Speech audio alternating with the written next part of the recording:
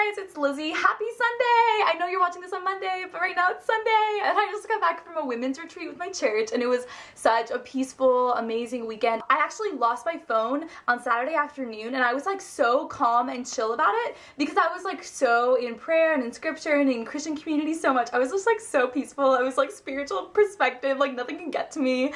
But actually I ended up getting my phone back from the Greek restaurant in Ventura by the harbor. I think it's called The Greek, but it's in Ventura Harbor, and so if you ever go there, manager amazing. So I picked my phone up on Sunday afternoon like 18 hours later, and it was totally fine. It was still on, no one had messed with it. So hashtag gives me hope. I love when people are honest. It makes me happy. But anyways, I spent the whole weekend on the retreat. It's just so great, like being together with women of all ages and just like worshiping God together and being in small groups, and we just talked about a ton of different Bible passages with Jesus, interacting with women. It was a really good weekend. I just opened up about a lot of things in my small group that I haven't told anyone about in detail, and it was really nice just like being honest and other people being like, I felt the same exact thing this year, and being like, whoa, I'm not the only one hurting from this, and it was really cool. So I wanted to share with you guys this craft I made at our women's retreat this weekend. It's like before and after interacting with Christ and becoming a Christian. Well, for me, I've been a Christian basically my whole life. I grew up in the church, and I was baptized when I was 13. I started like daily devotionals, journaling when I was 9. So I mean, I've known God since elementary school basically. So this is before God changed these parts of me.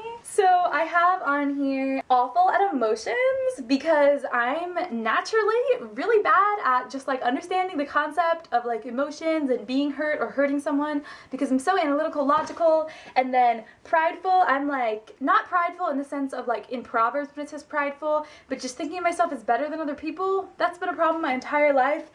Deception, I just can be very like manipulative and fake if I want to. Hurtful person, people have told me that before, that like I'm a really hurtful person and I go out of my way to hurt people, and that's kind of become embedded into how I view myself, which is really awful, but you know, it's good to know that. In control, love being in control. On my own, in high school, I just like had this attitude where like I didn't need people, I didn't need close relationships. That was a part of my story. Personal success, I was very focused in high school on like debate and like learning a ton in debate and being a really good debater, and creative writing and like writing all the time in my AP classes, and that like consumed my time, my life, and I was happy but like on my own. Deistic view of God's power via our prayers. I didn't used to think God intervened at all, and I wanted to be an attorney. I kind of still do because of the power aspect. Like I wanted that power and like the legal power, and that was why it wasn't. I mean, I also love arguing, but that should be on here too, like argumentative with everyone, and then the back should be like arguing for God. I don't know. I don't know if that works. Anyways, loving power. I just loved like, I don't know, using rhetoric to persuade people, stuff like that, which manipulation, yeah. Okay, in quotes, is just because I'm really good at faking happiness. Like right after crying, I can like be smiling and happy, and like people think I'm doing great, but not really. Oh, and if you're watching this and you know me and you're like, whoa, is she faking happiness? No, I'm not. Like at Pepperdine, like 99% of the time when I'm smiling, I'm actually really happy. Maybe like 97%. Like sometimes I do fake happiness with acquaintances, but not with other people. Like I'm very authentic about my emotions. So this is like the side after God has like interacted with you and changed you, and I have emotional side. Like I've developed my emotional side. I know how to cry and feel emotions. Selfless. God's really shown me through the church community, Wacharapon Church of Christ. These people and at RCC in Thailand have really shown me what it means to be a servant and to put other people above yourself. Empathy, God taught me empathy through crying a lot. Like I know how it feels to feel like isolated and hurt, and I have empathy for other people when they tell me their problems.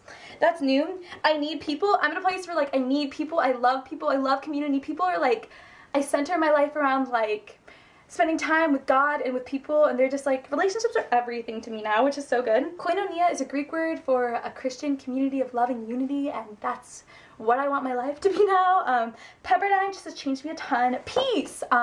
In Thailand, my friends there taught me what it means to live in peace and have peace from God, and peace is also something I want from other people and need from other people because I'm a workaholic. Church is people. Like the church isn't about your individual relationship with God, it's about like everyone together, and that's something I've learned recently. I'm honest about when I'm hurting. So I tell people when I'm hurting, and when I cry in front of people now. So many changes. God is amazing.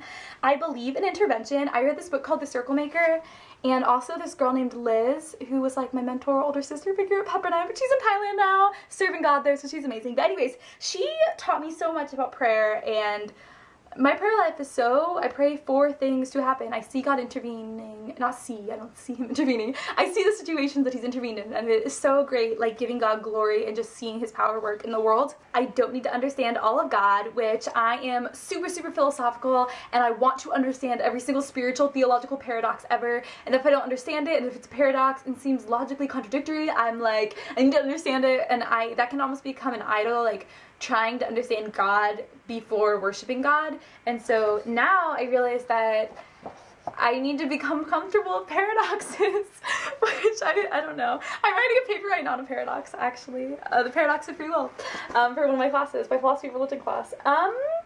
Oh, ministry and loving people over me and success. I just value people and like loving them and spending time with them and being intentional and helping people who are hurting more than my grades, basically is what this means. But I've been working a ton lately on being really balanced and how I think about that. So this before and after craft was really cool, and this is just a good example of what I mean by knowing yourself.